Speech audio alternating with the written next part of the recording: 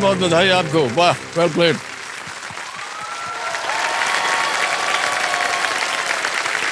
आपके साथ जितने आए हैं सब ताली बजा रहे हैं खड़े होकर।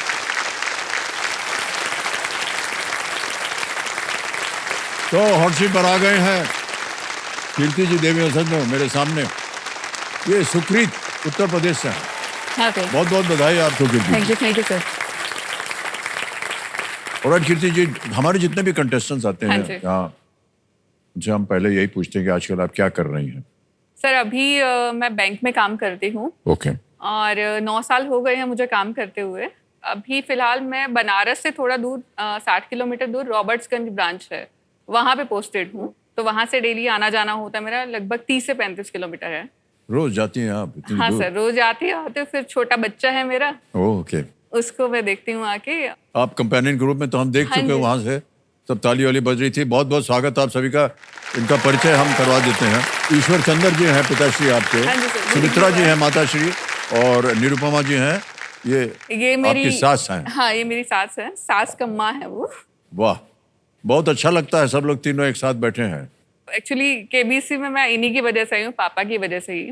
पापा 2000 से जो है, जब पहला सीजन आया था तभी से वो सोच रहे हैं कि मैं केबीसी में आऊँ। मैं और पापा इवन टेलीफोन पे बैठ के कहीं 1 घंटा बैठे रहते थे, कब आएगा कॉल, कब। तब IVR का शायद सिस्टम था। हाँ जी जी। और सर उस समय हम लोगों का बिल जो है 3200 आया था। और हमें इतनी डांट सुनी थी हम लोगों ने दादाजी से। पापा की सैलरी मुश्किल से शायद 10-12 हजार होगी, 3000 का हम लोगों ने बिल बिठा दिया। इसके बीच में इनका एक्चुअली लिवर सिरोसिस है। ओहो। ऐसा सर इतना एडवांस है कि उनका मेमोरी लॉस भी हो गया था बीच में। ओह गॉश। कुछ ऐसे एनकाउंटर हमको देखने को मिले कि भूल जाते थे, हम लोगों को भूल जाते थे, लिखना भूल जाते थे कि लिखते कैसे हैं। लेकिन एक चीज कभी नहीं भूलते थे सर, केबीसी। उस कंडीशन में भी इन्होंने जो है केबीसी देखना नहीं छोड़ा। मुझे एक दिन हैरानी हुई कि हम लोगों को भूल गए, आए हैं, लेटे हैं, कुछ नहीं दे रहे, पर केबीसी में क्वेश्चन का आंसर दे रहे हैं। उसके बाद सर मैंने इनको ये बात बोली थी कि आप उनकी स्थिति ऐसी नहीं थी कि वो ट्राई कर पाए, इसके लिए जा सके। तो मैंने बोला कि जो चीज आपने छोड़ी है उसको मैं पूरा करूंगी। वाह, क्या बात है। और मैं आपको अमित जी से मिलवाऊंगी।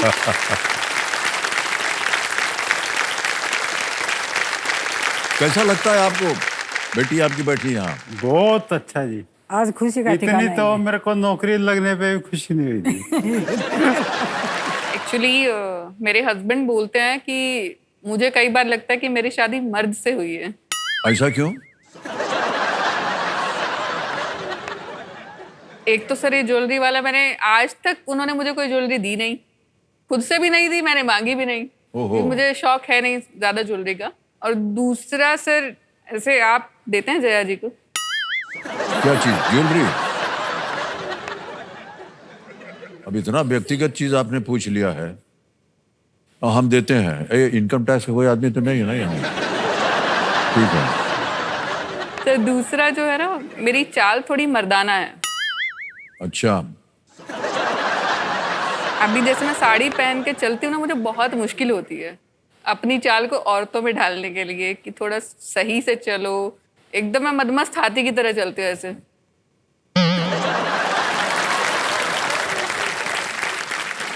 अभी आप चल के आए थे तो ठीक ठाक लग रही थी सर। कोशिश, अभी टीवी पे दिख रही है ना इसलिए। सर एक आप अभी बोले थे कि पहला पड़ाव। हाँ। तो मेरे जीवन का जैसे अब पहले पड़ाव पे मुझे खुशी हुई ना, तो एक खुशी मुझे होती जब मेरी एक्चुअली शादी हुई। मुझे अपनी शादी करवाने के लिए बहुत पापड़ बेलने पड़े थे। ओह, क्यों?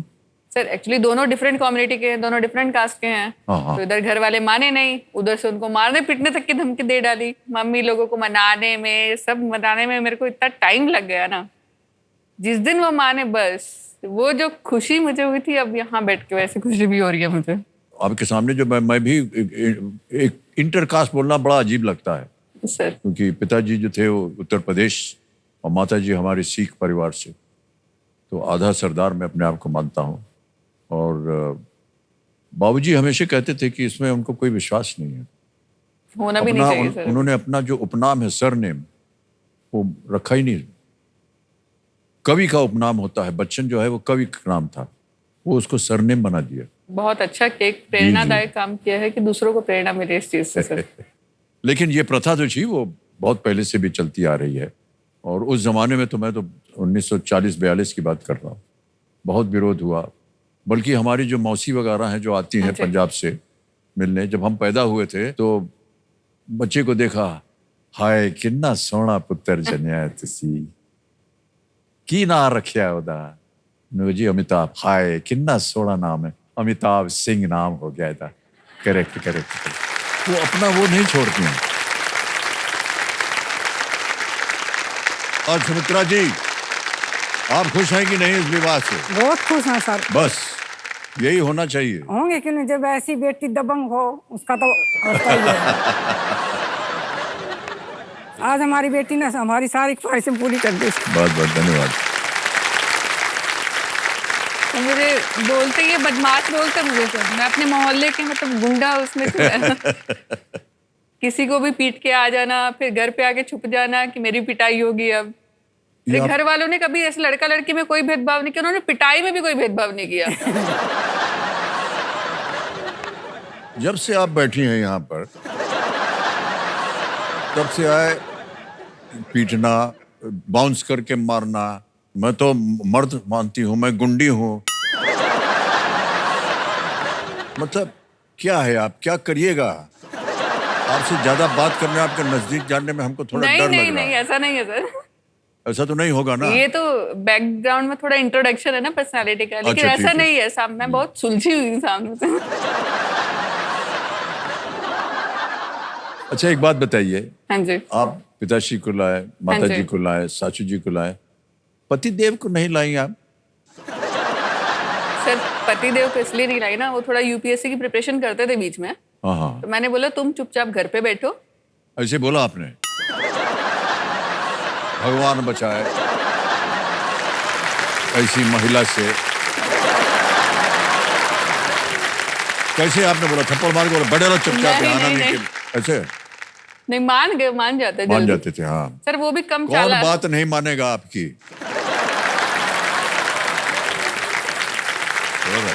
चलिए खेल को आगे बढ़ाते हैं। अगले प्रश्न को खेलिएगा जरूर, लीस्ट रिस्क वाला होता है। गलत हो भी गया दुर्भाग्यवश तो आप कुछ खोएंगे नहीं। 3-20 आपने जीत लिया, 1 लाइफलाइन। अगला प्रश्न 11वां प्रश्न, 6,40,000 रुपए स्क्रीन के ऊपर ये रहा।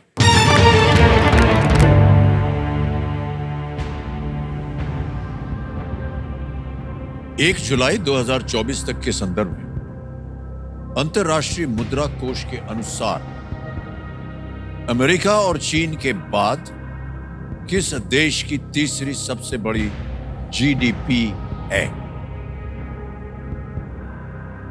According to the International Monetary Fund, which nation has the third largest GDP as of the 1st of July 2024, behind only the US and China?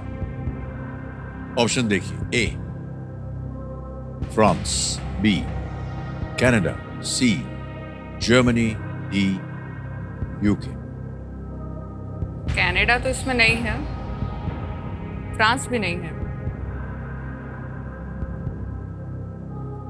UK GDP के मामले में जर्मनी लग रहा है।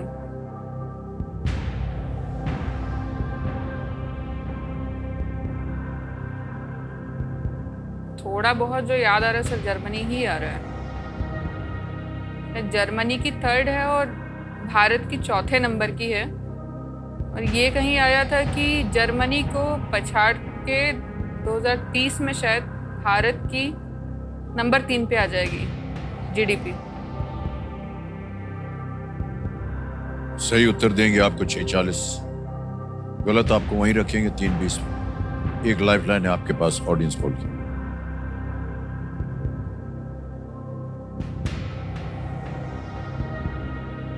सर ऑडियंस पोल लेना चाहूंगा। Lifeline लेना चाह रहे हैं? ओके, कमिल महाशय ऑडियंस पोल को अंकित कर दीजिए। और ऑडियंस आपकी बारी आ गई।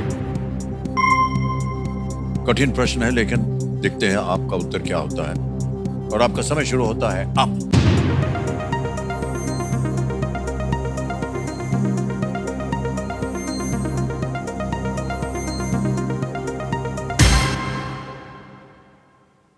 सी जर्मनी कह रही जनता 66% दिया इसको, 5, 3 और 26 दिया है ए, बी और डी को।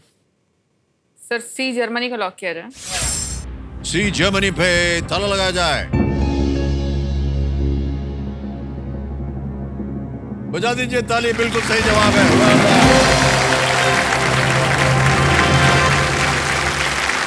Well played audience. बहुत ही मुश्किल प्रश्नों का उत्तर दिया है। 2024 में जापान में अचानक मंदी आने के बाद जर्मनी उससे आगे निकल गया। इससे पहले चीन 2007 में जर्मनी को पीछे छोड़ते हुए दूसरे नंबर पर आ गया था।